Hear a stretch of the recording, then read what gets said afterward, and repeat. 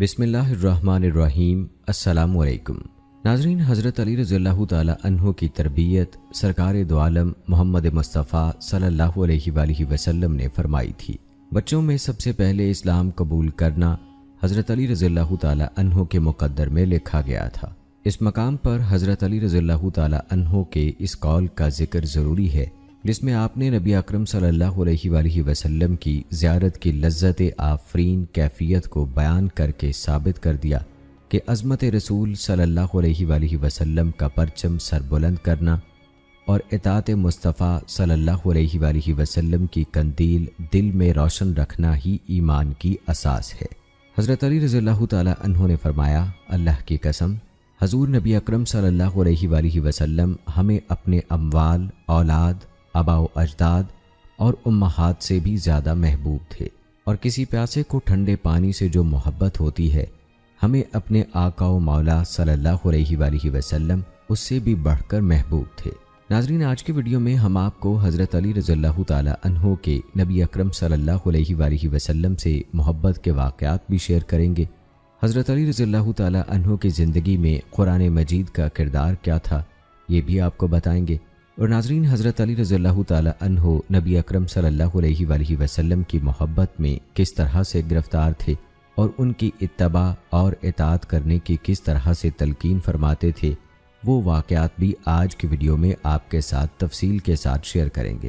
دلائل نبوت پر حضرت علی رضی اللہ تعالی عنہ کی احادیث مبارکہ بھی آج کی ویڈیو کا حصہ ہیں۔ نبی اکرم صلی اللہ علیہ وآلہ وسلم سے محبت اور کس طرح سے حضرت علی رضی اللہ تعالی عنہ نے سرکار دو عالم خاتم النبیین حضور نبی اکرم صلی اللہ علیہ وآلہ وسلم کا حلیہ مبارک بیان کیا، وہ بھی آج کی ویڈیو میں آپ کو تفصیل کے ساتھ بتایا جائے گا۔ تو ناظرین، آج کی یہ ویڈیو انتہائی اہم اور معلوماتی ہونے والی ہے، اس کو آخر تک لازمی دیکھیے گا۔ تو آئیے ناظرین، آغاز کرتے ہیں اپنی آج کی اس ویڈیو کا۔ ناظرین، امیر المومنین حضرت علی رضی اللہ تعالی عنہ نے اپنی پوری زندگی قرآن ہی کی مائیت میں بسر کر دی۔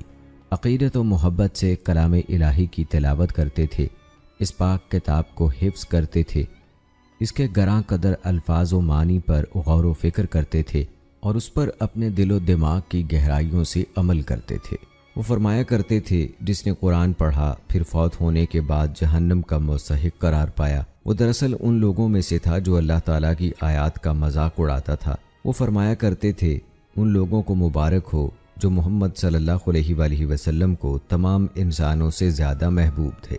فرماتے تھے، میں کسی ایسے عقل مند کو نہیں جانتا کہ وہ رات کو سورہ بقرہ کی آخری 3 آیتیں پڑھے بغیر سو گیا ہو۔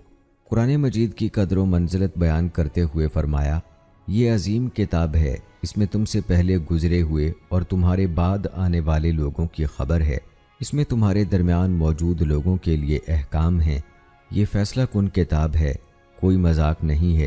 کسی سرکش نے اس سے بے روحی اختیار کی تو اللہ تعالیٰ اسے نیست و نابود کر دے گا۔ جو شخص اس کی بجائے کہیں اور ہدایت تلاش کرے گا اللہ اسے گمراہ کر دے گا۔ یہ اللہ کی مضبوط رسی ہے، حکمت و دانائی پر مبنی یاد دہانی ہے، یہی صراط مستقیم ہے۔ اس کی بدولت خواہشات میں کبھی کجی نہیں آتی، زبانوں میں کبھی ابہام پیدا نہیں ہوتا، اس کے عجائبات لامحدود ہیں، یہ کبھی ختم نہیں ہوں گے۔ علماء کرام اس سے کبھی سیر نہیں ہوتے۔ جس نے قرآن کی بات کی اس نے سچ کہا، جس نے اس پر عمل کیا وہ اجر کا مستحق ہو گیا، جس نے اس کے مطابق فیصلہ دیا اس نے انصاف کیا، جس نے اس کی طرف دعوت دی اس نے سچے اور سیدھے راستے کی طرف رہبری کی۔ امیر المومنین حضرت علی رضی اللہ تعالی عنہ قرآن مجید کو بے حد اہمیت دیتے تھے۔ انہوں نے اس سے بہت کچھ سیکھا اور اس کے لافانی علوم حاصل کیے۔ وہ فرماتے ہیں، اللہ کی قسم، قرآن کی جو آیت بھی نازل ہوئی مجھے معلوم ہے کہ وہ کس بارے میں نازل ہوئی اور کہاں نازل ہوئی۔ یقیناً میرے پروردگار نے مجھے باشعور دل اور سچ بولنے والی زبان عطا کی ہے۔ وہ اکثر فرماتے تھے، مجھ سے کتاب اللہ کے مطالب و مفاہیم پوچھو، جو آیت بھی نازل ہوئی مجھے معلوم ہے کہ وہ رات کو نازل ہوئی یا دن کو، میدان میں نازل ہوئی یا پہاڑوں میں۔ ابن عبد البر فرماتے ہیں کہ حضرت علی رضی اللہ تعالی عنہ ان جلیل القدر صحابہ میں سے ہیں جنہوں نے رسول اللہ صلی اللہ علیہ وآلہ وسلم کی زندگی ہی میں قرآن مجید جمع کر لیا تھا۔ حضرت علی رضی اللہ تعالیٰ عنہ اپنی مبارک زندگی کے آخری دنوں میں عراق میں قیام فرما تھے۔ ان دنوں صحابہ کرام رضوان اللہ مجمعین میں سے بڑے بڑے اجل علماء باقید حیات تھے۔ اس ہجوم نجوم میں بھی حضرت علی رضی اللہ تعالیٰ عنہ فرمایا کرتے تھے، اس سے پہلے کہ میں تمہارے مابین موجود نہ رہوں، مجھ سے قرآن مجید کے مطالب و مفاہیم معلوم کر لو۔ سیدنا علی رضی اللہ تعالیٰ عنہ کی مبارک سیرت کا سب سے گراں قدر پہلو یہ تھا کہ آپ جہالت زدہ افراد اور احکام دین سے یکسر ناآشنا لوگوں کو قرآن مجید کی تعلیم، سیرت نبوی کی تدریس اور حق و صداقت کی طرف ان کی رہبری کے لیے بڑے بے قرار رہتے تھے۔ یقیناً سیدنا علی رضی اللہ تعالیٰ عنہ اپنے دور کے بہت بڑے عالم تھے، اور علماء ربانی کا یہی طریقہ کار ہوتا ہے کہ وہ لوگوں کو بھلائی کی تعلیم و تربیت دینے پر ہمیشہ حریص رہتے ہیں۔ اور آئیے دوستو، اب تذکرہ کرتے ہیں حضرت علی رضی اللہ تعالیٰ عنہ کے بارے میں نازل ہونے والی آیات مقدسہ کا۔ قرآن مجید رسول اللہ صلی اللہ علیہ وآلہ وسلم پر نازل ہو رہا تھا۔ حضرت علی رضی اللہ تعالیٰ عنہ اس نبوی معاشرے میں وقوع پذیر ہونے والے واقعات کا مشاہدہ کر رہے تھے۔ قرآن کبھی کسی کام پر لوگوں کی تعریف کرتا تھا اور کبھی بعض کاموں سے بچنے کی تلقین اور بعض غلطیوں کی نشاندہی کرتا تھا۔ چنانچہ بعض ایسی آیات میں نازل ہوئیں جن کی بدولت امیر المومنین حضرت علی رضی اللہ تعالیٰ عنہ اور دیگر صحابہ کرام کے عظیم کارناموں کو بقائے دوام کی سند مل گئی۔ ان میں سے اللہ تعالیٰ کا فرمان یہ ہے جس کا ترجمہ ہے، یہ دو فریق ہیں، ان کے درمیان اپنے رب کے معاملے میں جھگڑا ہے۔ ان میں سے وہ لوگ جنہوں نے کفر کیا ان کے لیے آگ کے لباس تیار کیے جا چکے ہیں، ان کے سروں پر کھولتا ہوا پانی ڈالا جائے گا، ان سے ان کی کھالیں ہی نہیں پیٹ کے اندر کے حصے بھی گل جائیں گے، اور ان کی خبر لینے کے لیے لوہے کے گرز ہوں گے۔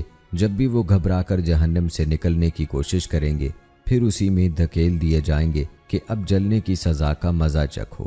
دوسری طرف جو لوگ ایمان لائے اور جنہوں نے نیک عمل کیے ان کو اللہ ایسی جنتوں میں داخل فرمائے گا جن کے نیچے نہریں بہہ رہی ہوں گی، انہیں وہاں سونے کے کنگنوں اور موتیوں سے آراستہ کیا جائے گا اور ان کے لباس ریشم کے ہوں گے۔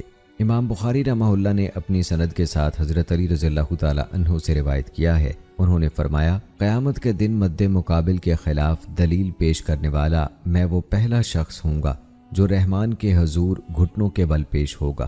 قیس بن عبادہ کہتے ہیں یہ آیات مقدسہ جن کے بارے میں نازل ہوئیں وہ جنگ بدر میں شامل وہ لوگ تھے جو ایک دوسرے کے مد مقابل آئے، حضرت حمزہ، حضرت علی، حضرت ابو عبیدہ بن حارث، اور دوسری طرف شیبہ بن ربیعہ، عتبہ بن ربیعہ اور ولید بن عتبہ۔ حضرت علی رضی اللہ تعالیٰ عنہ ان لوگوں میں شامل ہیں جن کے بارے میں یہ آیات مقدسہ نازل ہوئیں، جن کا ترجمہ ہے، یہ علم آ جانے کے بعد ان میں سے جو بھی اس معاملے میں تم سے جھگڑا کرے تو اے نبی اس سے کہو کہ آؤ بذات خود ہم بھی اور تم بھی آ جائیں اور اپنے اپنے بال بچوں کو بھی ساتھ لے آئیں اور اللہ سے دعا کریں کہ جو بھی جھوٹا ہو اس پر اللہ کی لعنت ہو۔ یہ بات وفد نجران کے بارے میں ہے۔ اس وفد نے نبی کریم صلی اللہ علیہ وآلہ وسلم سے عیسیٰ علیہ السلام کے بارے میں مباحثہ کیا۔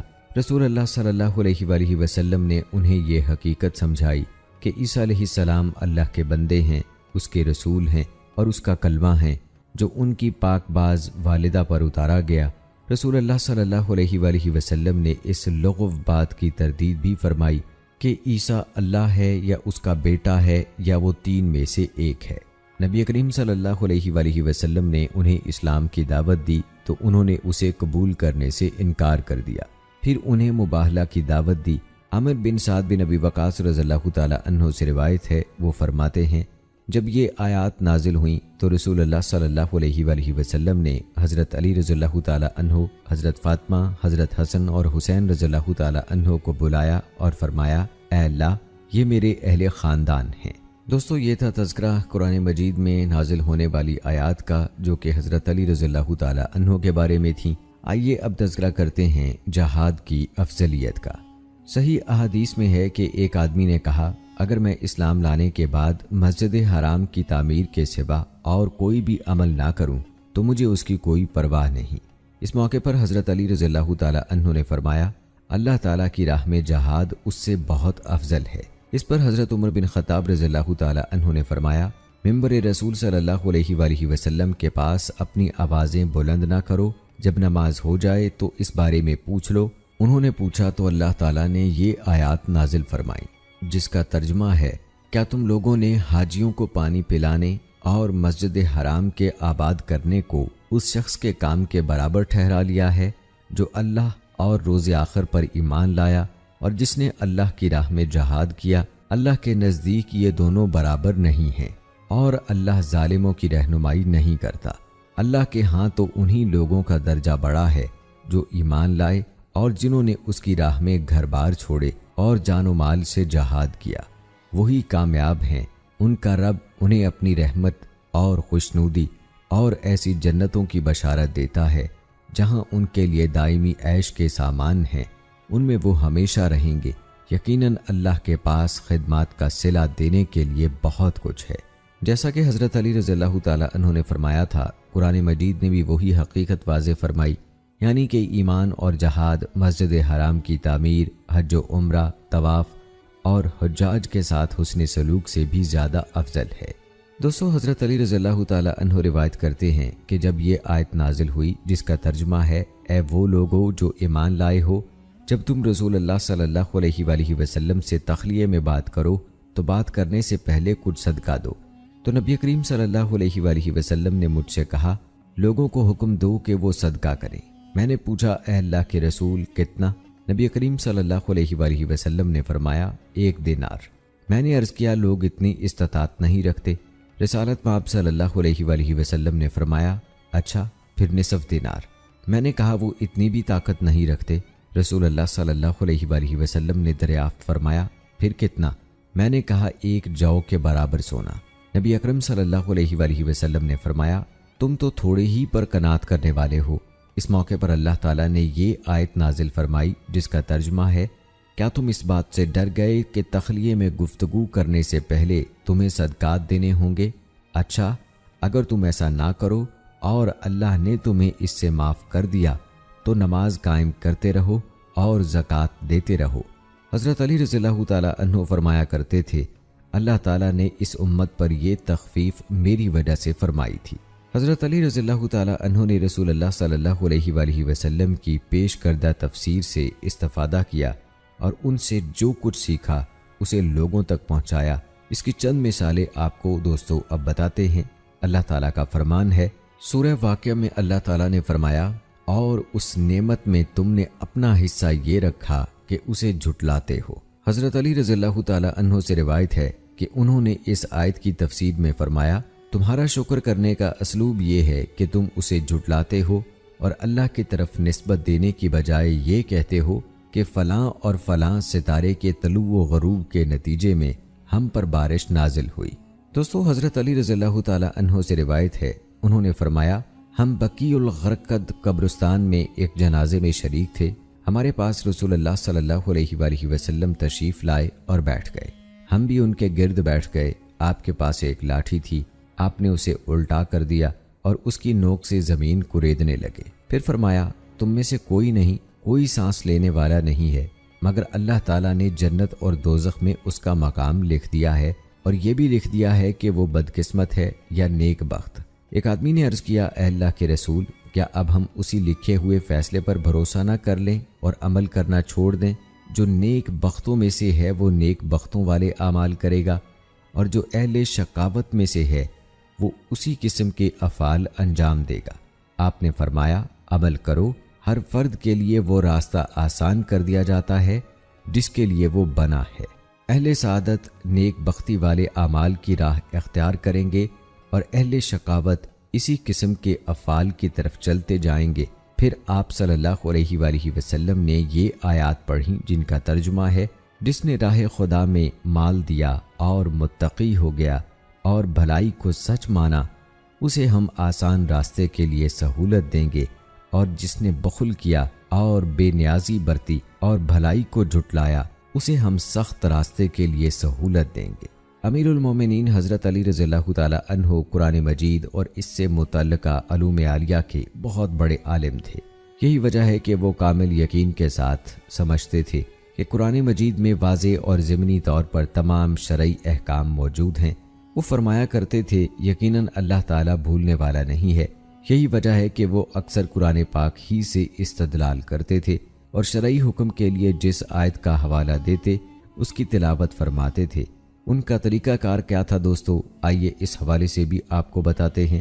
مثلاً وہ فرمایا کرتے تھے کہ بڑی عمر والے بچے کو دودھ پلانا حرمت نکاح کا باعث نہیں۔ انہوں نے اس بارے میں اس آیت کا حوالہ دیا جو کہ سورہ بقرہ کی آیت ہے، جس کا ترجمہ ہے، جو باپ چاہتے ہوں کہ ان کی اولاد پوری مدت رضاعت تک دودھ پیے تو مائیں اپنے بچوں کو کامل 2 سال تک دودھ پلائیں۔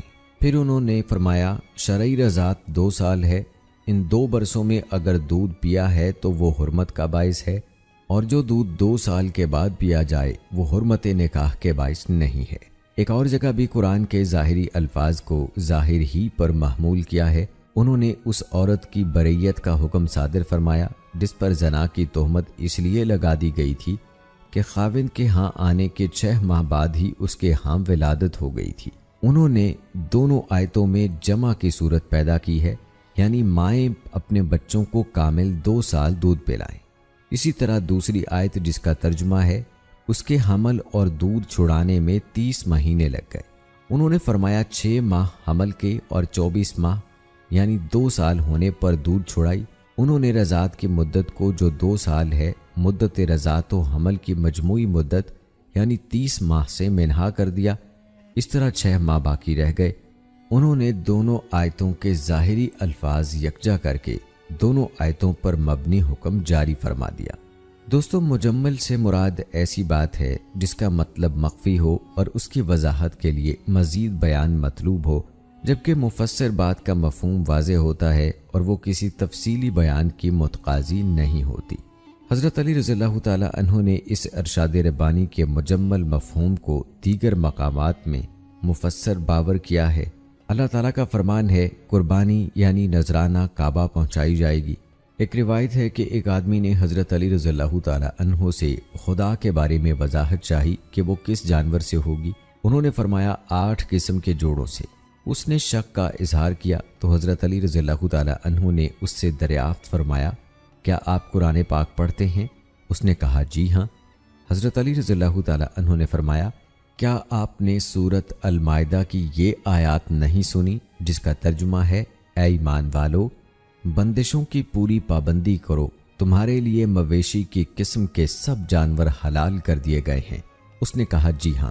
تو آپ نے فرمایا، کیا تم نے یہ فرمان الہی بھی نہیں سنا جو کہ سورہ الحج کا ہے، جس کا ترجمہ ہے، اور چند معلوم دنوں میں ان پالتو چوپاؤں پر اللہ کا نام ذکر کریں جو اس نے انہیں دیے ہیں۔ پھر اللہ تعالیٰ نے سورہ الانعام میں بھی ارشاد فرمایا، اور مویشیوں میں سے ایسے جانور بھی پیدا کیے جن سے سواری اور بار برداری کا کام لیا جاتا ہے، اور ایسے بھی جو زمین سے لگے ہوئے پست قد، ان چیزوں میں سے کھاؤ جو اللہ نے تمہیں بخشی ہیں۔ پھر فرمایا، کیا تم نے یہ بھی سنا ہے جس کا ذکر اللہ تعالیٰ نے سورہ الانعام میں کیا ہے؟ ترجمہ ہے، یہ 8 قسمیں نر و مادہ ہیں، 2 بھیڑ کی قسم سے اور 2 بکری کی قسم سے۔ اے نبی، کہہ دیجئے، کیا اس نے دونوں نر حرام کیے یا دونوں مادہ، یا وہ بچے جو دونوں ماداؤں کے پیٹ میں ہیں؟ مجھے کسی علم کے ساتھ بتاؤ اگر تم سچے ہو۔ اسی طرح 2 اونٹ کی قسم سے اور 2 گائے کی قسم سے۔ اس نے کہا جی ہاں۔ آپ نے فرمایا، کیا آپ نے سورت المائدہ کی یہ آیات نہیں سنی جس میں اللہ تعالیٰ کا فرمان ہے، اے ایمان والو، احرام کی حالت میں شکار نہ مارو، اور اگر تم میں کوئی جانے بوجھے ایسا کر گزرے تو جو جانور اس نے مارا ہو اسی کے ہم پلہ ایک جانور اسے مویشیوں میں سے نظر دینا ہوگا، اس کا فیصلہ تم میں سے 2 عادل آدمی کریں گے، اور یہ نذرانہ کعبہ تک پہنچایا جائے گا۔ اس آدمی نے کہا جی ہاں، میں نے یہ فرمان ربانی بھی سنا ہے۔ پھر وہ کہنے لگا، میں نے ایک ہرن مار دیا ہے، میرے ذمے کیا حکم ہے؟ حضرت علی رضی اللہ تعالی عنہ نے فرمایا، نذرانہ کعبے تک پہنچانا ہوگا۔ دوستو، مطلق سے مراد جو بلا قید ماہیت پر دلالت کرے، اور مقید سے مراد وہ ہے جو لفظی طور پر کسی بھی قید سے مقید ہو۔ امیر المومنین حضرت علی رضی اللہ تعالی عنہ نے شرعی حکم کے انضباط میں قرآن کے متعلق کو مقید پر محمول کیا۔ انہوں نے آیت سرقہ میں قطع یعنی کانٹے کے متعلق حکم کو آیت محاربہ میں مقید پر محمول کیا ہے۔ کہ 2 مرتبہ سے زیادہ قطع نہیں کرنا چاہیے، اور سرقہ کے بار بار ارتکاب پر ایک ہاتھ اور ایک ٹانگ سے زیادہ قطع کرنے کی صورت نہ ہوگی، یعنی جب کوئی ایک بار چوری کرے تو دایاں ہاتھ کاٹا جائے، اگر پھر چوری کرے تو بائیں ٹانگ کاٹی جائے۔ حضرت علی رضی اللہ تعالی عنہ کے نقطہ نگاہ کے مطابق اگر یہ چور تیسری اور چوتھی بار بھی چوری کرے تو اس سے زیادہ نہیں کاٹا جائے گا، اور اگر قطع کی بجائے تعزیر نافذ کی جائے گی، کیونکہ انہوں نے ارشاد خداوندی اور چور خواہ عورت ہو یا مرد دونوں کے ہاتھ کاٹ دو کو اس آیت محاربہ پر محمول کیا ہے، جس کا ترجمہ ہے جو لوگ اللہ اور اس کے رسول سے لڑتے ہیں اور زمین میں اس لیے تگ و دو کرتے پھرتے ہیں کہ فساد برپا کریں، ان کی سزا یہ ہے کہ قتل کیے جائیں یا سولی چڑھائے جائیں یا ان کے ہاتھ اور پاؤں مخالف سمتوں سے کاٹ ڈالے جائیں۔ ان کا ارشاد ہے کہ اللہ تعالیٰ نے آیت محاربہ میں ایک ہاتھ اور ایک ٹانگ کاٹنے سے زیادہ کا حکم نہیں دیا۔ ایسی صورتحال میں وہ مجرم کو قید کرنے کا حکم دیتے ہیں۔ امام شعبی سے روایت ہے، انہوں نے فرمایا حضرت علی رضی اللہ تعالی عنہ ایک ہاتھ اور ایک ٹانگ کے علاوہ عضو بدن قطعی نہیں فرماتے تھے، اگر کوئی اس کے بعد بھی چوری کا مرتکب ہو تو جیل میں ڈال دیتے تھے یا کوئی اور عبرتناک سزا دیتے تھے، اور فرماتے تھے مجھے اللہ تعالیٰ سے شرم آتی ہے کہ میں اس کا کوئی ہاتھ بھی باقی نہ چھوڑوں جس سے وہ کھانا کھائے اور استنجا کرے۔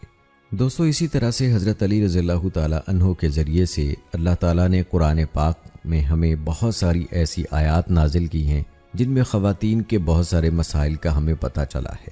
قرآن مجید کے فہم کے حوالے سے امیر المومنین حضرت علی رضی اللہ تعالی عنہ کا منہج لغت عرب پر نگاہ رکھنا تھا، جیسا کہ انہوں نے اس فرمان الہی میں اقرا سے حیض مراد لیا ہے۔ اللہ تعالیٰ کا فرمان ہے جس کا ترجمہ ہے جن عورتوں کو طلاق دی گئی ہو وہ 3 مرتبہ ایام ماہواری آنے تک اپنے آپ کو روکے رکھیں، اور فرمایا کہ ان کی عدت تیسرے حیض سے پاک ہونے پر مکمل ہوگی۔ اس لیے حضرت علی رضی اللہ تعالی عنہ نے متعلقہ عورت کے بارے میں فرمایا کہ وہ بصورت رجوع اپنے شوہر کے لیے تیسرے حیض کے بعد ہی حلال ہوگی۔ امیر المومنین حضرت علی رضی اللہ تعالی عنہ اللہ تعالیٰ کے اس فرمان جس کا ترجمہ ہے اللہ نے کافروں کے لیے مومنوں پر غالب آنے کی ہرگز کوئی سبیل نہیں رکھی سے یہ سمجھتے ہیں کہ اس سے مراد قیامت کا دن ہے، اور وہ اسی آیت میں مذکور ہے۔ جب ایک آدمی نے ان سے پوچھا کہ اس آیت کا کیا مطلب ہے تو حضرت علی رضی اللہ تعالی عنہ نے فرمایا قریب ہو جاؤ، اللہ تعالیٰ ہی قیامت کے دن تمہارے اور اس کے معاملے کا فیصلہ کرے گا۔ اس فیصلے میں اللہ تعالیٰ نے کافروں کے لیے مسلمانوں پر غالب آنے کی کوئی سبیل ہی نہیں رکھی۔ ایک نص سے دوسری نص کو ملا کر سمجھنے کی ایک اور مثال یہ ہے، اللہ تعالیٰ کا فرمان ہے اپنی نمازوں کی نگہداشت رکھو، خصوصاً صلاۃ وسطیٰ یعنی درمیانی نماز کی، اور اللہ کے آگے اس طرح کھڑے رہو جیسے تابع فرمان غلام۔ صلاۃ وسطیٰ سے مراد نماز عصر ہے۔ اس میں انہوں نے احزاب کے دن رسول اللہ صلی اللہ علیہ وآلہ وسلم کی بیان کردہ حدیث کی نص سے استدلال کیا ہے کہ انہوں نے ہمیں صلاۃ وسطیٰ یعنی صلاۃ عصر سے غافل کر دیا، اللہ ان کے گھروں اور قبروں کو آگ سے بھر دے۔ امیر المومنین حضرت علی رضی اللہ تعالی عنہ کے فہم قرآن کے حوالے سے ایک اسلوب یہ ہے کہ جس قرآنی مسئلے میں اشکال ہو اس کے بارے میں سوال کیا جائے۔ مثلاً حج اکبر کے حوالے سے ایک قرآنی آیت ہے، اس سے متعلق ایک سوال ہے، اس قرآنی آیت کا ترجمہ ہے اطلاع عام ہے اللہ اور اس کے رسول صلی اللہ علیہ وآلہ وسلم کی طرف سے حج اکبر کے دن۔ اس سلسلے میں انہوں نے فرمایا کہ میں نے رسول اللہ صلی اللہ علیہ وآلہ وسلم سے یہ سوال کیا کہ حج اکبر کا دن کون سا ہے؟ آپ نے فرمایا یوم النحر یعنی قربانی کا دن۔ دوستو، جس پس منظر میں آیات نازل ہوئیں ان کے اسباب جاننا اور ان سے حکم اخذ کرنا قرآن کا مفہوم سمجھنے میں بڑی مدد دیتا ہے، کیونکہ سبب نزول کا بیان کتاب الہی کا مفہوم سمجھنے کا صحیح اور مستحکم طریقہ ہے۔ امیر المومنین حضرت علی رضی اللہ تعالی عنہ آیات کے بارے میں اسباب نزول کے علم میں اتنے بلند رتبے پر فائز تھے کہ وہ کتاب الہی کے حوالے سے سوال کرنے کی ترغیب دیتے تھے اور فرماتے تھے مجھ سے کتاب اللہ کے بارے میں پوچھو اور سوال کرو، اللہ کی قسم کوئی بھی آیت ہو میں جانتا ہوں کہ وہ رات کو نازل ہوئی ہے یا دن کو۔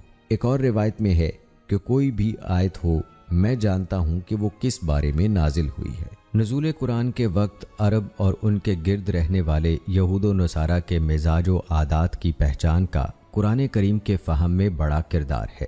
حضرت علی رضی اللہ تعالی عنہ اسی زمانے میں زندگی بسر کر رہے تھے اور وہ ان کی بہت سی ان عادات اور رسوم و رواج کو خوب جانتے اور سمجھتے تھے جن سے قرآن کریم نے روکا ہے یا انہیں صحیح قرار دیا ہے۔ دوستو، حضرت علی رضی اللہ تعالی عنہ فرماتے ہیں جب کوئی نیک بندہ فوت ہوتا ہے تو زمین پر اس کی نماز پڑھنے والی جگہ، اس کے نیک اعمال والی زمین اور آسمان تک پہنچنے والے اعمال کی جگہ روتی ہے۔ پھر آپ نے ایک آیت تلاوت فرمائی جس کا ترجمہ ہے، مجرم لوگوں کے بارے میں فرمایا، پھر نہ آسمان ان پر رویا نہ زمین۔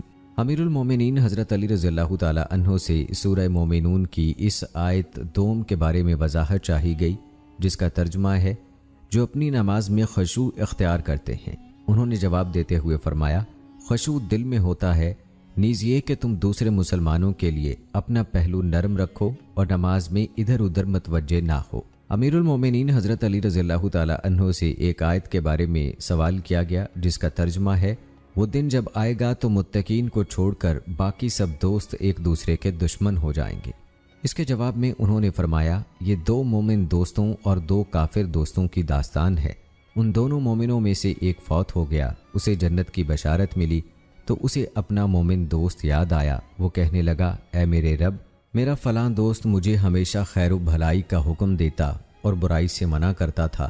وہ مجھے تیری اور تیرے رسول صلی اللہ علیہ وآلہ وسلم کی اطاعت اختیار کرنے کی تاکید کرتا تھا۔ وہ مجھے بتاتا تھا کہ میری تم سے ملاقات ہوگی۔ اے میرے رب، میرے بعد اسے گمراہ نہ کر دینا، اسے اسی طرح ہدایت سے سرفراز کرنا جیسے اس نے مجھے راہ دکھائی، اس کو عزت عطا فرمانا جس طرح اس نے مجھے عزت دی۔ پس جب یہ دوسرا مومن فوت ہوا تو ان دونوں دوستوں کو جنت میں اکٹھا کر دیا گیا اور دونوں سے کہا گیا، تم دونوں ایک دوسرے کی تعریف کرو۔ اس پر وہ کہنے لگا، اے اللہ، یہ مجھے بھلائی کا حکم دیتا تھا، برائی سے روکتا تھا، مجھے تیری اور تیرے رسول صلی اللہ علیہ وآلہ وسلم کی اطاعت کا حکم دیتا تھا اور مجھ سے کہتا تھا کہ میں تجھ سے آ ملوں گا، کتنا بہترین بھائی، دوست اور ساتھی ہے۔ یہ گفتگو جاری رکھتے ہوئے حضرت علی رضی اللہ تعالی عنہ نے فرمایا، پھر کافر دوستوں میں سے ایک فوت ہو جائے گا، اسے جہنم کی سزا ملے گی، اسے اپنا دوست یاد آئے گا، وہ کہے گا، اے اللہ، میرا فلاں دوست مجھے برائی کا حکم دیتا تھا، بھلائی سے روکتا تھا، مجھے تیری اور تیرے رسول صلی اللہ علیہ وآلہ وسلم کی نافرمانی کا حکم دیتا تھا اور کہتا تھا کہ میری تم سے ملاقات نہیں ہوگی۔ اے اللہ، اسے گمراہ کر دے جیسا کہ اس نے مجھے گمراہ کیا۔ جب وہ دوسرا دوست مر جائے گا تو ان دونوں کو جہنم میں اکٹھا کیا جائے گا اور کہا جائے گا کہ تم میں سے ہر ایک دوسرے کی تعریف کرے، تو وہ کہے گا، اے اللہ، یہ مجھے برائی پر اکساتا ہے، بھلائی سے روکتا تھا، مجھے تیری اور رسول اللہ صلی اللہ علیہ وآلہ وسلم کی نافرمانی کا حکم دیتا تھا اور کہتا کہ میری تم سے ملاقات نہیں ہوگی۔ یہ کتنا برا بھائی، دوست اور ساتھی ہے۔ دوستو، حضرت علی رضی اللہ تعالی عنہ فرماتے ہیں، تمام تر زہد قرآن کے ان دو کلمات میں ہیں جن میں اللہ تعالیٰ نے فرمایا، تمہیں جو نقصان پہنچے اس کا غم نہ کرو، اور جو کچھ تمہیں اللہ عطا فرمائے اس پر مت اتراؤ، اور یاد رکھو کہ اللہ اکڑنے والے اور فخر کرنے والے کو پسند نہیں کرتا۔ حضرت علی رضی اللہ تعالی عنہ نے مزید فرمایا، جو ماضی سے مایوس نہیں ہوتا اور مستقبل پر اتراتا نہیں، اس نے یقیناً پورے زہد کو اپنے ہاتھ میں لے لیا۔ اور آئیے دوستو، اب تذکرہ کرتے ہیں سیدنا علی رضی اللہ تعالی عنہ کی رسول اللہ صلی اللہ علیہ وآلہ وسلم سے وابستگی اور فہم حدیث کا۔ حضرت علی رضی اللہ تعالی عنہ مکہ مکرمہ کے امی معاشرے کی ان ممتاز شخصیتوں میں سے تھے جو لکھنا پڑھنا جانتے تھے۔ یہ بچپن ہی سے علم سے ان کی محبت اور شغف کی دلیل ہے۔ اللہ تعالیٰ نے اپنا یہ لطف و کرم ان کے لیے بچپن ہی سے مقدر فرما دیا کہ وہ کاشانہ نبوت ہی میں رسول اللہ صلی اللہ علیہ وآلہ وسلم کے زیر سایہ زندگی بسر کریں۔ اسلام قبول کرنے کے بعد ان پر رسول اللہ صلی اللہ علیہ وآلہ وسلم کی عنایات میں مزید اضافہ ہو گیا۔ رسول اللہ صلی اللہ علیہ وآلہ وسلم نے ان کی بڑی حوصلہ افزائی فرمائی۔ اس طرح ان کی شخصیت پر رسالت مآب صلی اللہ علیہ وآلہ وسلم کی بے مثل شخصیت کا بڑا گہرا اثر پڑا۔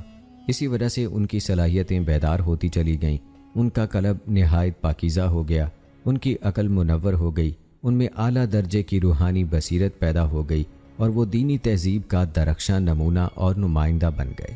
مکہ اور مدینہ دونوں جگہ انہوں نے رسول اللہ صلی اللہ علیہ وآلہ وسلم کے ساتھ گہری وابستگی قائم و دائم رکھی۔ جب آپ صلی اللہ علیہ وآلہ وسلم قرآن حکیم کی روشنی میں اپنے صحابہ رضوان اللہ مجمعین کی تربیت فرما رہے تھے، ان دنوں حضرت علی رضی اللہ تعالی عنہ نے قرآن مجید کے علوم خوب سیکھے اور رسول اللہ صلی اللہ علیہ وآلہ وسلم کی ذات بابرکات سے تہذیب و تربیت حاصل کی۔ نبی اکرم صلی اللہ علیہ وآلہ وسلم کو جو حالات و واقعات پیش آئے، ان کی مناسبت سے بتدریج آیات نازل ہوتی تھیں اور آپ اپنے اصحاب کو سناتے تھے۔ آپ صلی اللہ علیہ وآلہ وسلم ان کے معنی و مفہوم سے گہری واقفیت حاصل کرنے کے علاوہ ان کے بنیادی اصولوں سے بڑے گہرے اثرات قبول کرتے تھے۔ قرآن مجید کا ان کے نفوس، ان کی روحانی کیفیت اور ان کی عقل اور دل پر بڑا زبردست اثر تھا۔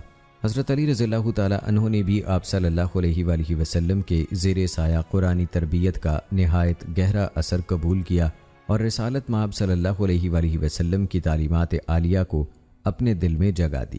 حضرت علی رضی اللہ تعالی عنہ نے اسلام کو گلے لگانے کے بعد قرآن کریم کے حفظ، اس کے فہم، غور و فکر اور تدبر کا خاص اہتمام کیا۔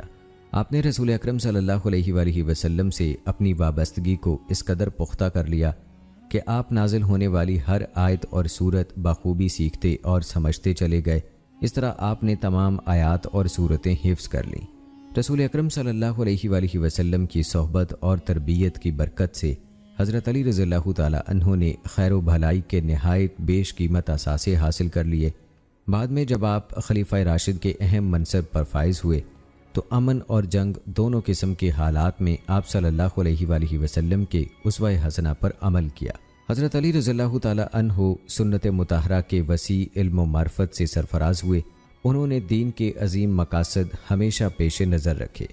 رسول اللہ صلی اللہ علیہ وآلہ وسلم اور حضرت علی رضی اللہ تعالی عنہ کے درمیان محبت و شیفتگی کا تعلق انتہائی مضبوط تھا۔ محبت ہی وہ چیز ہے جو استاد اور شاگرد کے درمیان تعلیم و تربیت کی بہترین فضا پیدا کرتی ہے۔ محبت نہایت اہم علمی اور ثقافتی نتائج پیدا کرتی ہے۔ رسول اللہ صلی اللہ علیہ وآلہ وسلم سے محبت کے اعلیٰ جذبے کے نتیجے میں حضرت علی رضی اللہ تعالی عنہ نے اسلام کی دعوت اور نشر و اشاعت کی راہ میں انتہائی عظیم قربانی پیش کرنے سے بھی دریغ نہیں کیا۔ دوستو، امیر المومنین حضرت علی رضی اللہ تعالی عنہ نے اطاعت رسول صلی اللہ علیہ وآلہ وسلم کی بہترین تربیت پائی۔ انہوں نے یہ آیت پڑھی، یاد کی اور اسے خوب سمجھا، جس کا ترجمہ ہے، جو رسول اللہ صلی اللہ علیہ وآلہ وسلم کی اطاعت کرے اس نے اللہ تعالی ہی کی فرما برداری کی۔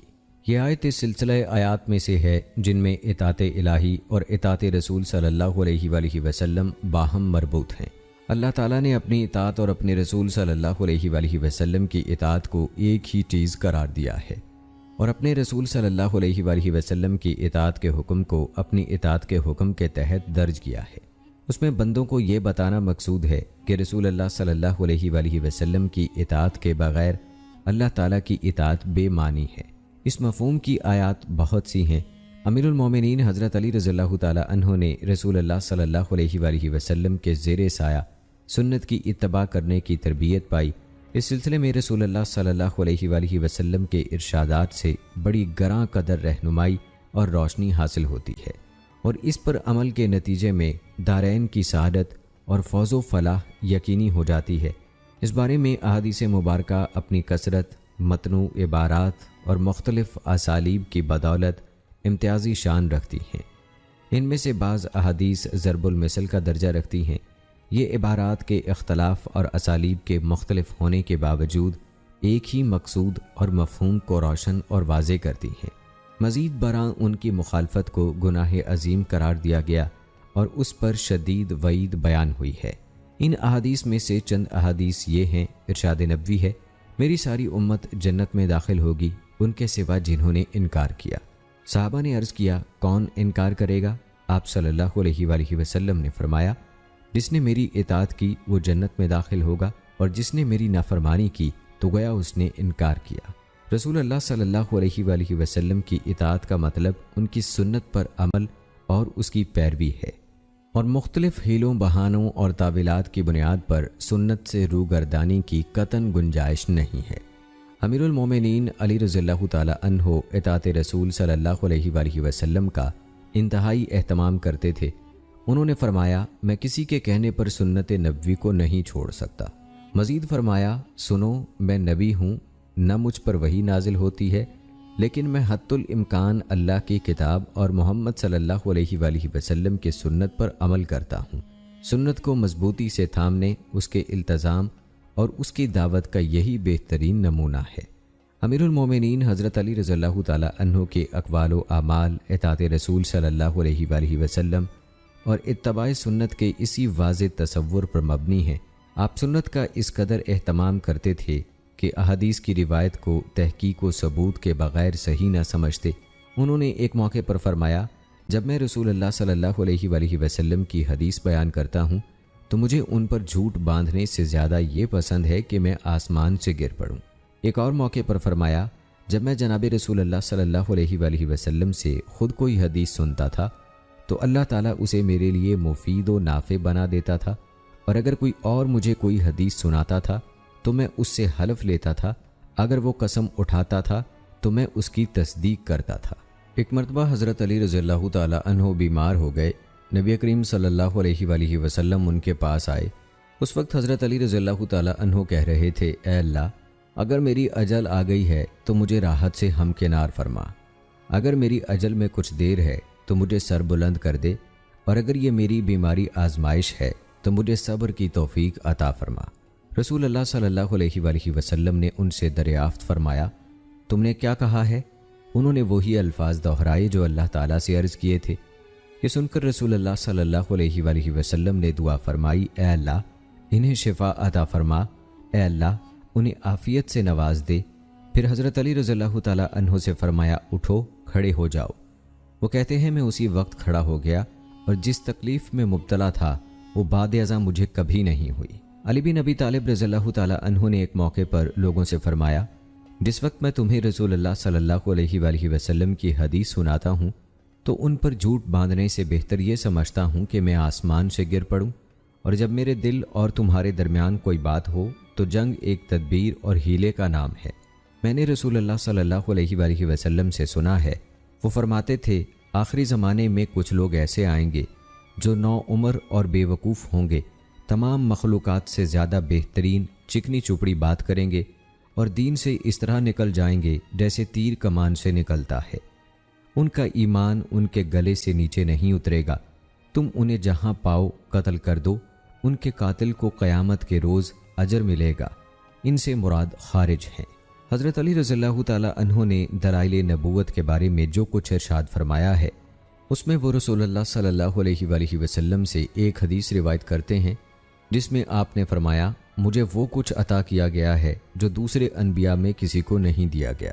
ہم نے عرض کیا، اے اللہ کے رسول صلی اللہ علیہ وآلہ وسلم، وہ کیا ہے؟ آپ نے فرمایا، روب کے ذریعے میری مدد کی گئی ہے، زمین کے خزانوں کی چابیاں مجھے دی گئی ہیں، میرا نام احمد رکھا گیا ہے، روئے زمین کی مٹی میرے لیے پاک بنا دی گئی ہے، اور میری امت کو بہترین امت قرار دیا گیا ہے۔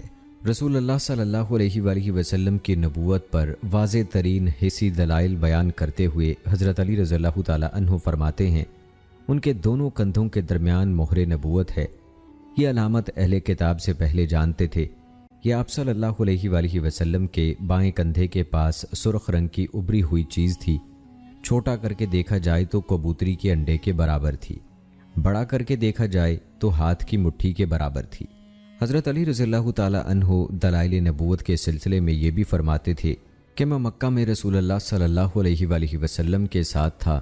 ہم مکہ کے نواح کی طرف نکلے، جو پہاڑ اور درخت بھی آپ کے سامنے آیا، وہ کہہ رہا تھا، السلام علیکہ یا رسول اللہ، اے اللہ کے رسول، آپ پر سلام ہو۔ حضرت علی رضی اللہ تعالی عنہ مسلمانوں کو نبی کریم صلی اللہ علیہ وآلہ وسلم کی سیرت پر عمل کرنے کی خوب ترغیب دیتے تھے۔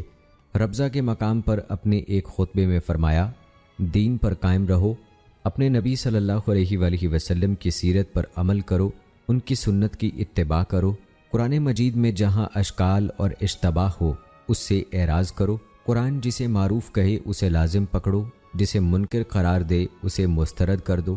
حضرت علی رضی اللہ تعالی عنہ نے خارج کے ساتھ جنگ سے واپسی پر نہایت فصیح و بلیغ اور مؤثر خطاب فرمایا۔ یہ خطاب رسول اللہ صلی اللہ علیہ وآلہ وسلم کے اسلوب زندگی کے التزام و اہتمام اور اسی کی ترغیب پر مشتمل ہے۔ وہ فرماتے ہیں اپنے نبی صلی اللہ علیہ وآلہ وسلم کے طریقے زندگی کی پیروی کرو، وہی سب سے افضل طریقہ اور راستہ ہے، انہی کی سنت پر عمل کرو، وہی بہترین سنت ہے۔ امیر المومنین حضرت علی رضی اللہ تعالی عنہ کے دور میں جو داخلی فتنے پیدا ہوئے، ان کی وجہ سے آپ کے لیے اپنے ساتھیوں کو خیر و بھلائی کی دعوت دینے، برائی سے روکنے اور بدعات سے بچانے میں کوئی رکاوٹ نہیں آئی۔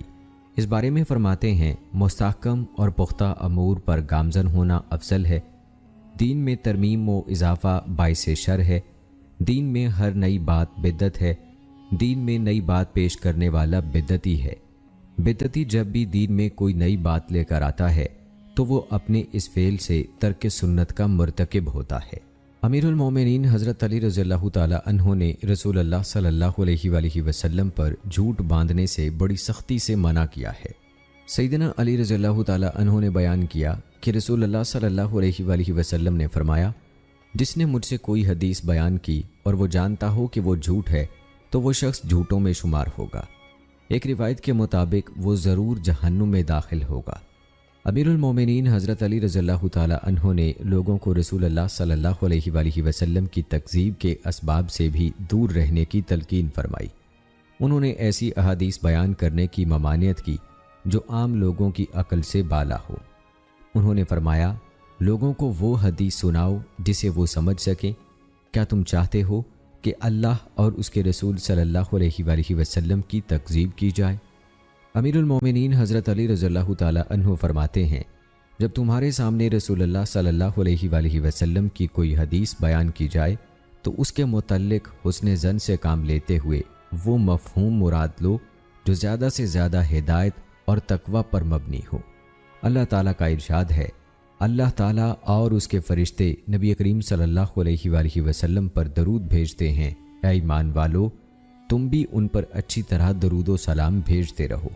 اس آیت کے ذریعے اللہ تعالیٰ نے اپنے بندے اور اپنے نبی صلی اللہ علیہ وآلہ وسلم کا مرتبہ و مقام بتایا ہے کہ وہ اپنے مقرب فرشتوں سے نبی کریم صلی اللہ علیہ وآلہ وسلم کی تعریف فرماتا ہے اور فرشتے ان کے لیے رحمت کی دعا کرتے ہیں۔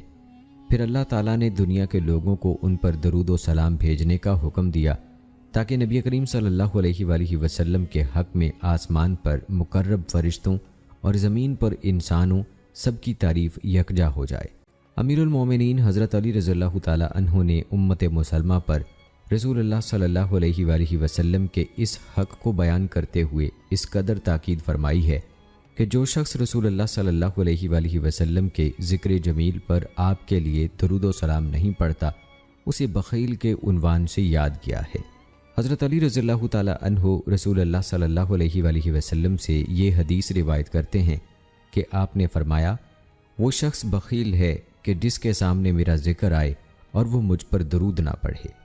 اللہ تعالیٰ کا فرمان ہے، آپ کہہ دیجئے کہ اگر تمہارے باپ اور تمہارے بیٹے اور تمہارے بھائی اور تمہاری بیویاں اور تمہارے کنبے قبیلے اور تمہارے کمائے ہوئے مال اور وہ تجارت جس کی کمی سے تم ڈرتے ہو اور وہ حویلیاں جنہیں تم پسند کرتے ہو، اگر یہ تمہیں اللہ اور اس کے رسول صلی اللہ علیہ وآلہ وسلم سے اور اس کی راہ میں جہاد سے زیادہ عزیز ہیں تو تم اللہ کے حکم سے عذاب کے آنے کا انتظار کرو۔ اللہ تعالیٰ فاسقوں کو ہدایت نہیں کرتا۔ یہ آیت اللہ تعالیٰ اور اس کے رسول صلی اللہ علیہ وآلہ وسلم کی محبت کے واجب ہونے پر نص قطعی ہے، اور اس محبت کو دیگر تمام قسم کی محبتوں پر غالب ہونا چاہیے۔ اس امت کے مابین قطعاً کوئی اختلاف نہیں ہے۔ اس میں کوئی شک نہیں کہ صحابہ کرام رضوان اللہ اجمعین رسالت مآب صلی اللہ علیہ وآلہ وسلم سے ٹوٹ کر محبت کرتے تھے۔ محبت معرفت کا پھل ہے، یہی وجہ ہے کہ صحابہ رضوان اللہ اجمعین آپ صلی اللہ علیہ وآلہ وسلم کی عظمت اور قدر و منزلت کو اچھی طرح جانتے تھے۔ آپ کی ذات بابرکات سے ان کی محبت کی کوئی حد نہیں تھی۔ حضرت علی رضی اللہ تعالی عنہ سے پوچھا گیا کہ آپ رسول اللہ صلی اللہ علیہ وآلہ وسلم سے کتنی محبت کرتے ہیں؟ انہوں نے فرمایا، وہ ہمیں ہمارے مال، ہماری اولاد، ہمارے ماں باپ اور شدید پیاس کی حالت میں ٹھنڈے پانی سے بھی زیادہ محبوب تھے۔ یہ مطلق خصوصیت رسول اللہ صلی اللہ علیہ وآلہ وسلم سے زیادہ اور کسی کے لیے نہیں ہو سکتی۔ دوستو، خاندانی تعلق، قرابتداری کے طویل معاشرت، نبی کریم صلی اللہ علیہ وآلہ وسلم کی ذات بابرکات کے مکارم، اخلاق، شخصی میلانات اور رجحانات، نبی کریم صلی اللہ علیہ وآلہ وسلم کی شخصیت کی گہری معرفت اور ان کی صفات حمیدہ کی جان پہچان کے باعث حضرت علی رضی اللہ تعالی عنہ کو یہ خصوصی صلاحیت حاصل ہو گئی کہ آپ رسالت مآب صلی اللہ علیہ وآلہ وسلم کی سیرت و اخلاق کے باریک پہلو لوگوں کے روبرو بیان کر دیتے تھے۔ حضرت علی رضی اللہ تعالی عنہ سے روایت کی گئی ان احادیث سے یہ بات واضح ہو کر سامنے آ جاتی ہے جن میں وہ آپ صلی اللہ علیہ وآلہ وسلم کا حلیہ مبارک، آپ کے اخلاق اور آپ کا عظیم الشان کردار بیان کرتے ہیں۔ امیر المومنین حضرت علی رضی اللہ تعالی عنہ فرماتے ہیں، رسول اللہ صلی اللہ علیہ وآلہ وسلم نہ طویل القامت تھے نہ ہی پستہ قد تھے۔ آپ صلی اللہ علیہ وآلہ وسلم کی دونوں ہتھیلیاں اور پاؤں پر گوشت تھا، چہرہ مبارک کا رنگ سفید سرخی مائل تھا، اعضاء کے جوڑوں کی ہڈیاں بڑی اور مضبوط تھیں، جب آپ چلتے تھے تو مضبوطی سے قدم اٹھا کر چلتے تھے، گویا آپ نشیب کی طرف نیچے اتر رہے ہوں۔ میں نے نبی کریم صلی اللہ علیہ وآلہ وسلم جیسا جمال اور کمال نہ ان سے پہلے دیکھا نہ بعد میں۔ محمد بن علی اپنے والد سے روایت کرتے ہیں کہ رسول اللہ صلی اللہ علیہ وآلہ وسلم کا سر مبارک بڑا تھا مگر اعتدال کے ساتھ، آنکھوں کے خانے لمبے تھے، پتلیاں سیاہ تھیں اور سفید حصے میں سرخ ڈورے تھے۔ حضرت حسن کہتے ہیں کہ آپ صلی اللہ علیہ وآلہ وسلم کی پلکیں ذرا دراز تھیں۔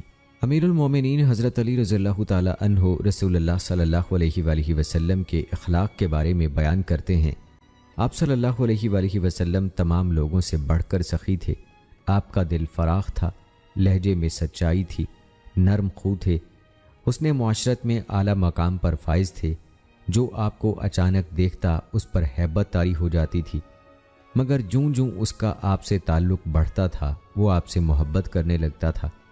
میں نے ان جیسا نہ پہلے کبھی دیکھا نہ بعد میں۔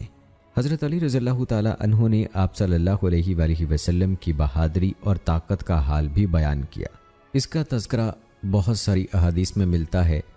وہ بیان کرتے ہیں کہ جب گھمسان کا رن پڑتا تھا، صحابہ رسالت مآب صلی اللہ علیہ وآلہ وسلم کے پاس آ کر پناہ لیتے تھے۔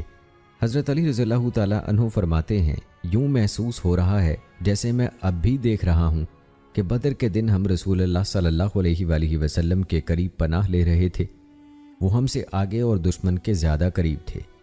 اس دن آپ صلی اللہ علیہ وآلہ وسلم نے بڑی بہادری کا مظاہرہ فرمایا۔